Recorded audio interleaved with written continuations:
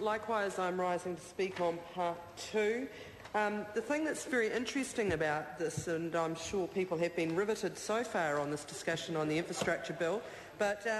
just some really interesting is that this part two, amends a number of different acts, and during the course of the Select Committee consideration it was very interesting just analysing the differences between the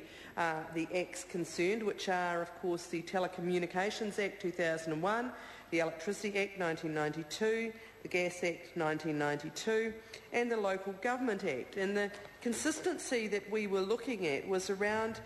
reasonable access to corridors, because it became very clear, and I have to say I didn't know a great deal about this at the start, but it became very clear just how important those corridors are to ensure we can install suitable services, gas, electricity, broadband, all of those things that we are going to need to grow this country and to serve the people of this country. So consistency around reasonable access to the corridors, but also consistency and clarification around allocations of costs when utility operators are required to move assets, which of course they can be required to do in these circumstances, and consistency around issues like time periods for notification and response. Now, in addition, as my colleague Darian Fenton was just talking about, it also amends the Railways Act 2005, and the Government Roading Powers Act 1989 is also mentioned in Part 2, again around providing timeframes for responding to requests for access to rail corridors and motorways, and requiring controlling authorities to publish criteria on which they will base their decisions to grant access. So what that all really transpires to in Part 2 is a series then of provisions around each of those acts, looking at issues like the criteria for setting reasonable conditions, and the issue I think is Mr Hughes referred to about whether the operator is going to be required to increase the amenity values rather than merely maintain them. And so that goes through in terms of the provision. One thing that was quite interesting was a whole debate around the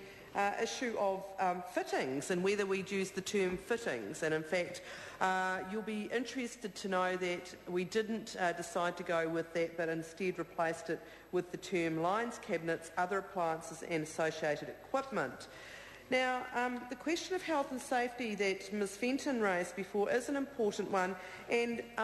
in relation to the rail corridor, the conversation around that was very interesting because, in fact, with a railway, unlike a road, one can't just move the trains, in this case, around the bit of work that's going on to ensure that it's out of the way while work is being undertaken. Whereas with a road, of course, you can place in detours and all of those other things. So the health and safety component and the conversation we had around that was a good, robust conversation. Now, I would be lax if I didn't also refer, when we're talking about health and safety, to a number of the changes that are going on, led by the Prime Minister in the workplace area. And we are under real threat through this sort of negative cost-cutting approach that this government is taking, where workers' rights are being undermined. We are at real risk that health and safety will be compromised for workers in this country. Let me just give you an example of how that might be the case. With the 90-day no rights at work extension to all workplaces, I take the point, sir, and just to finish that conversation, it would mean that people would be unwilling to even raise questions of health and safety for fear that they may be sacked. But getting back to the criteria for setting reasonable conditions, the sorts of factors that are included on those reasonable conditions in Part 2 are around the safe and efficient flow of traffic, the health and safety of those people likely to be affected directly by the work,